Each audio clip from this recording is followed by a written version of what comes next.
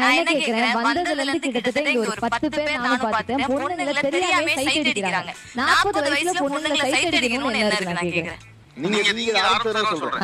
Okay, நான் இங்கிலீஷ்ல பேசுறத வந்ததுல இருந்து ஒரு 10 பேர் சைட் அடிச்சிருக்காங்க. இல்ல 40 வயசு கட்டணும்னு சொல்றீங்களா? என்ன சைட் அடிக்கிறாங்கன்னு சொல்லு. யூசுவலா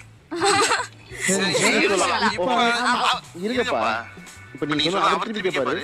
40 வயசுக்கு அப்புறம் சைட் அடிக்க கூடாதுன்னு யாரோ சொல்லிருக்காங்களா?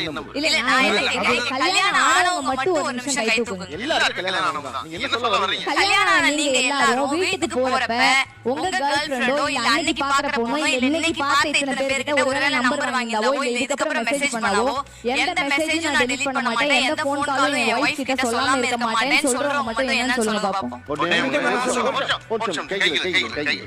அதாவது நான் கேக்குறேன், பொதுவா வந்து அலங்காரம் பண்ணிக்கிறது, எதிர்ப்பு தன்னை கவனிக்கிறது பெண்களின் இயல்பான குணம். கண்டிப்பா.